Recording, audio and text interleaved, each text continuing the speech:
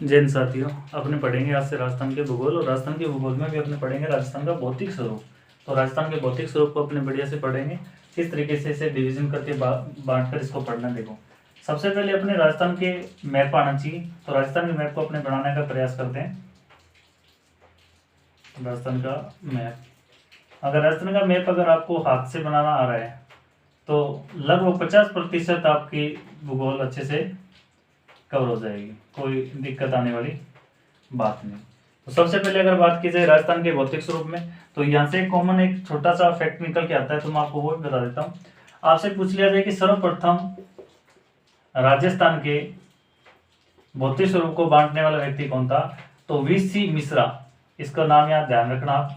VC Mishra साहब ने अपनी पुस्तक लिखी थी राजस्थान का भूगोल। राजस्थान के भूगोल नामक एक पुस्तक लिखी थी और इसका प्रकाशन 1968 में हुआ था। इस व्यक्ति ने राजस्थान के भौतिक स्वरूप को सबसे पहले बांटा था, और कितने भागों में बांटा था? 7 भागों में बांटा था। तो ये चीज आप ध्यान में रखना। वर्तमान में अपने 4 भौतिक प्रदेश पढ़ते पर, तो अगर बाई चांस आपसे पूछ लिया जाए भाई जो वीसी मिश्रा है उन्होंने कितने भागों में राजस्थान के भौतिक स्वरूप को बांटा था, तो 7 भागों में राजस्थान के भौतिक स्वरूप को बांटा था, और उनकी पुस्तक का नाम भी याद रखना, राजस्थान का भूगोल नाम। तो ये चीज आप ध्यान में रखना।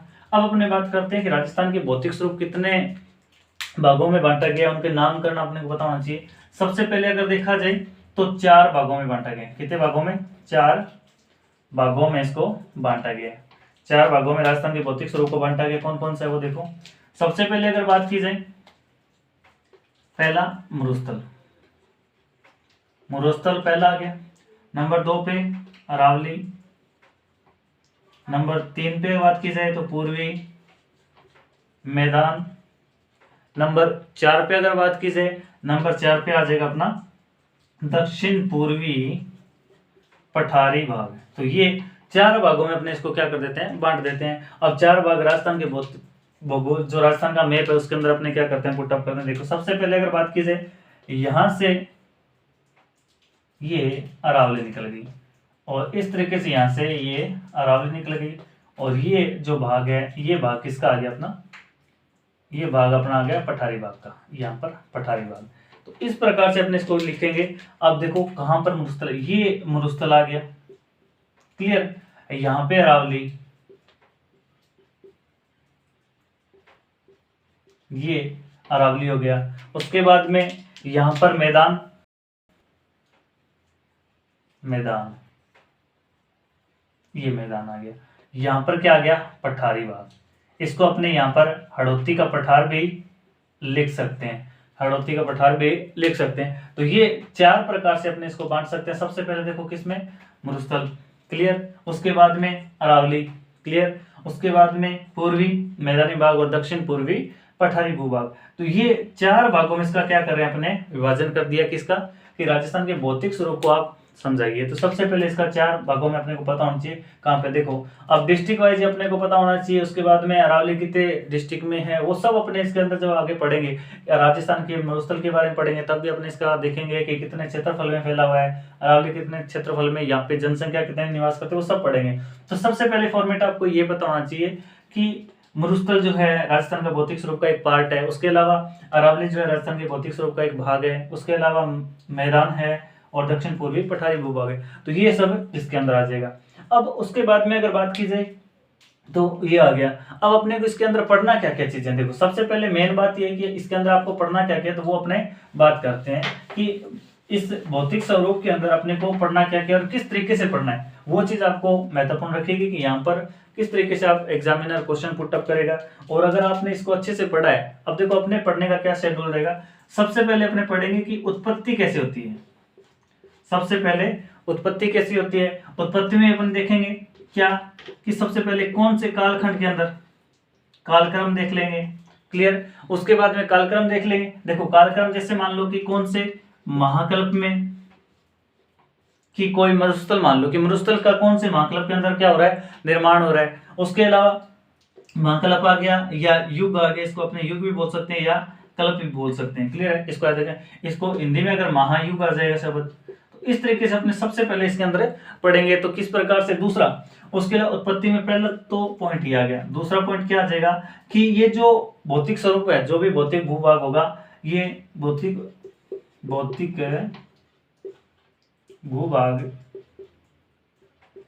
भूभाग किसका हिस्सा, मतलब किसका हिस्सा रहा। जैसे कि आपको पता है कि 33 महासागर का अवशेष बचा था कौन, मरुस्थल। तो आपको पता होना चाहिए कि 33 का जो अवशेष है वो कौन था, मरुस्थल। उसके अलावा अरावली जो है, अरावली किसका अवशेष है, मतलब कि किससे निर्माण हुआ था, तो गोंडवाना लैंड से। इस प्रकार अपने को पता होना चाहिए किस भौतिक प्रदेश का क्या है, अवशेष है। उसके अलावा अगर बात की जाए, पहला पॉइंट तो उत्पत्ति हो गया, दूसरा पॉइंट अपने क्या पढ़ेंगे इसके अंदर अपने दूसरा पॉइंट ये पढ़ेंगे कि विस्तार, इसका विस्तार में अगर बात की जाए, तीन तरीके से इसको पढ़ेंगे। सबसे पहले कि इसका क्षेत्रफल कितना है, जो भी भौतिक स्वरूप अपने को मिलेगा। जैसे अपने मरुस्थल पढ़ रहे हैं तो मरुस्थल का सबसे पहले कितना क्षेत्रफल में ये मरुस्थल फैला हुआ है। दूसरा जनसंख्या, कि यहाँ पर जनसंख्या कितनी निवास कर रही है, जनसंख्या का प्रतिशत अपने को पता नहीं, क्योंकि यहाँ से क्वेश्चन सिंपल सा क्वेश्चन आ जाएगा, एक साइड में क्षेत्रफल दे दिया जाएगा, एक साइड में आपको प्रतिशत दे दिया जाएगा। अब आप इसके अंदर मिलान करिए। और जैसे मान लो कि मरुस्थल है, मरुस्थल के अंदर कितनी प्रतिशत जनसंख्या निवास करती है, जैसे 39 है, किसी में 49 है, तो 49 की 40 टोटल 40% जनसंख्या कहाँ पे निवास करती है, इस मरुस्थलीय भाग में। उसके अलावा यहाँ पर कितने प्रतिशत जनसंख्या निवास करती है, मैदान के अंदर कितनी है, और उसके अलावा दक्षिण पूर्वी पठार विभाग के अंदर कितनी जनसंख्या निवास करती है।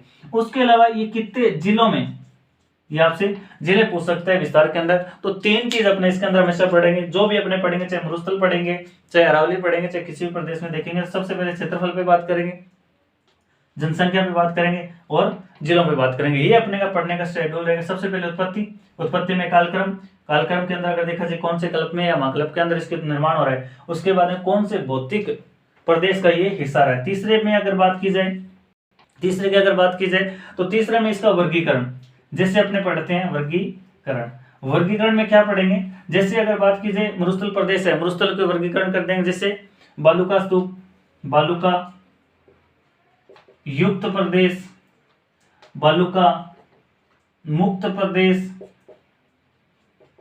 इस प्रकार इसका क्या करेंगे, जैसे अपने वर्गीकरण करते हैं, वर्गीकरण के अंदर इस प्रकार से अपने पढ़ेंगे। उसके अलावा अगर बात की जाए वर्गीकरण के अलावा यहां पर अगर देखा जाए तो अपने विशेषता पढ़ेंगे, इसके अंदर। जैसे बात की जाए किसी भी प्रदेश की विशेषता में अगर बात की जाए तो जिससे मान लो विशेषता में अगर देखा जाए, जैसे मरुस्थल की देख लो, विश्व में जो मरुस्थल है, विश्व का जो थार का मरुस्थल है, ये विश्व का सबसे अधिक जैव विविधता वाला मरुस्थल है। इसके बारे में इस प्रकार पढ़ेंगे। उसके अलावा मरुस्थल की विशेषता में और देखेंगे तो यहाँ पे अवसादी चट्टानें पाई जाती हैं। उसके अलावा प्राकृतिक गैस के यहाँ पे भंडार है।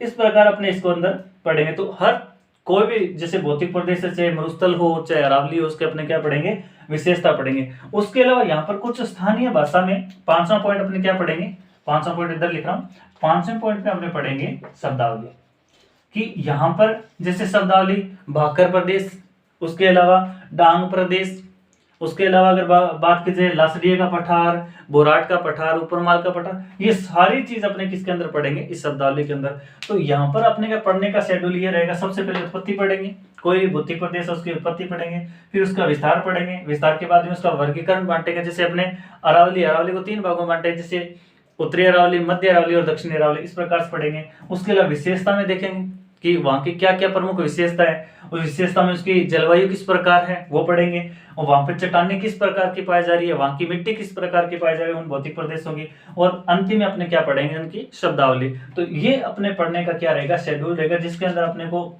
महत्वपूर्ण क्वेश्चन ऐसे निकलते हैं। जिस बच्चे का भौतिक स्वरूप, राजस्थान का भौतिक स्वरूप सबसे पहला टॉपिक है और ज्योग्राफी में पहला ही ये टॉपिक है, और अगर इसमें अगर आपको कोई दिक्कत नहीं आए तो पूरी ज्योग्राफी आप बढ़िया से करोगे। तो आपको सबसे पहले तो ये है कि आप जब भी ज्योग्राफी पढ़ो तो आपके पास मैपिंग होनी चाहिए। अब अपने आगे पढ़ते हैं कि इसकी उत्पत्ति किस प्रकार हुई है। तो मैं एक छोटा सा टॉपिक इसको साथ साथ में करवा देता हूँ, फिर अपने कल से पढ़ेंगे कि थार का मरुस्थल है उसके बारे में कल विशेष रूप से क्या करेंगे, अपने चर्चा करेंगे। तो सबसे पहले अपने बात की जाए कि थार का मरुस्थल है, इसकी उत्पत्ति कैसी हुई है और किस कालक्रम के अंदर हुई है, तो ये मैं आज करवा ही देता हूँ उसके अंदर। फिर अपने पढ़ेंगे कल से इसकी थार के मरुस्थल के अंदर क्या क्या चीजें आती हैं। अब देखते हैं सबसे पहले ये जो टॉपिक है, सबसे पहले अपने इधर लिख लेते हैं मरुस्थल, उसके बाद में लिख लेते हैं अरावली। ये आप डायग्राम बना लेना अच्छे से। अरावली के बाद है पूर्वी मैदान, उसके अलावा दक्षिण पूर्वी पठार, इसको आप देखना। तो ये इस प्रकार से अपने इसको क्या कर लेंगे, लिख लें। थोड़ा सा इधर लिख, अरावली, अरावली के बाद है पूर्वी मैदान, पूर्वी मैदान। इस तरीके से आप इसको लिखना और इसकी आप डायग्राम बना लें, जैसे इस तरीके से आप इसको डायग्राम में लिखना। सबसे पहले अपने क्या पढ़ना है इसके अंदर, सबसे पहले अपने पढ़ना है उत्पत्ति। सबसे पहले क्या पढ़ेंगे, उत्पत्ति पढ़ेंगे, फिर कालक्रम पढ़ेंगे, कालक्रम। तो उत्पत्ति अगर बात कीजिए, अरावली के मरुस्थल जो है, ये मरुस्थल किसका अवशेष है, तो इसके अंदर अवशेष। उत्पत्ति किस प्रकार से हो रही है, तो उत्पत्ति में देखो सबसे पहले अगर बात की जाए किसका हिस्सा है, तो ये टेथिस का अवशेष है। अवशेष किस प्रकार है, जब अपने मरुस्थल के अंदर जाएंगे तब अपने से डिटेल से पढ़ेंगे। पहले आपको ये पता होना चाहिए इसका अवशेष किसका अवशेष है, ये टेथिस का है। उसके बाद में अरावली, अरावली किसका अवशेष है भाई, गोंडवाना लैंड का अवशेष, इसको ध्यान रखना। या गोंडवाना लैंड से इसकी उत्पत्ति, बस इतना याद रखना, गोंडवाना लैंड से। उसके बाद में ये जो मैदान है, मैदानी भाग किससे निर्माण है, गंगा यमुना, गंगा व यमुना द्वारा लाई गई जालोड मृदा द्वारा। तो इसको आप इस तरीके से याद रखना कि मैदानी भाग जो है उसका निर्माण कैसे हो रहा है, गंगा यमुना द्वारा लाई गई जालोड मृदा के द्वारा निर्माण हो रहा है। अब इसका निर्माण कैसे हो रहा है, दक्षिण पूर्वी पठारी भूभाग का, तो इसको आप देख लेना। इसका जो निर्माण हो रहा है, ये गोंडवाना लैंड में दरारी लावा से। मतलब क्या हो गया कि गोंडवाना लैंड के अंदर क्या पड़ा, दरार पड़ गई। दरार पड़ने से क्या होगा, यहां से लावा निकल गया। तो इसको आप ध्यान में रखना, दरारी लावा, या इसको आप लिख ले ज्वालामुखी उद्गार से। तो इसको इस तरीके से आप लिख सकते हो। तो गोंडवाना लैंड के अंदर क्या दरारें पड़ी, ज्वालामुखी फटा, तो इससे क्या हो गया, ये जैसे ये गोंडवाना लैंड है, ये गोंडवाना लैंड है, इससे क्या हुआ, ज्वालामुखी फटा और ये किनारों पे आके क्या हो गया, जमा हो गया। इस प्रकार से ये पठार का निर्माण हो गया। तो इसको आप ध्यान रखना, गोंडवाना लैंड के अंदर दरारी उद्भव हुआ, या इसे ज्वालामुखी उद्गार भी लिख सकते हो। तो ये सबसे पहले उत्पत्ति के अंदर अपने को इतना पता होना चाहिए। उसके बाद में अगर देखा जाए कालक्रम के अंदर, कालक्रम में अगर देखा जाए तो सबसे पहले अगर बात की जाए कालक्रम में, ये कालक्रम है। सबसे पहले महाकल्प की अगर बात की जाए, महाकल्प, महाकल्प में अगर देखा जाए, महाकल्प में अगर देखा जाए तो नियोजोइक, अगर सबसे पहले अगर बात की जाए तो नियोजोइक महाकल्प के अंदर, नियोजोइक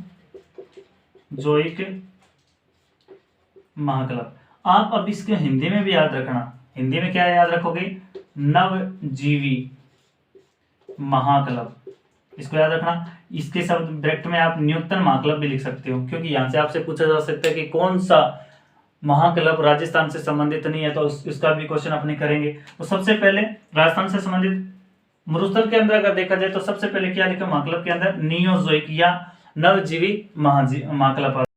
इसका अगर बात की जाए युग या कल्प की अगर बात की जाए, देखो शब्द पे गौर करना, कल्प पूछ रहा है या महाकल्प पूछ रहा है, उस पर ध्यान रखना। तो महाकल्प में अगर बात की, कल्प में अगर बात की जाए तो कल्प में यहाँ पे आ जाएगा नाम, कल्प में नाम आ जाएगा प्लिस्टोसिन, प्लिस्टोसिन कल्प आ जाएगा। तो इसको भी याद रखना। तो इसमें मरुस्थल के अंदर ध्यान रखना। महाकल्प की अगर बात की जाए तो महाकल्प कौन सा आ रहा है बेटा, नियोजोइक महाकल्प आ रहा है। अगर बात की जाए युग की, एक बात की जाए तो प्लिस्टोसिन युग आ जाएगा।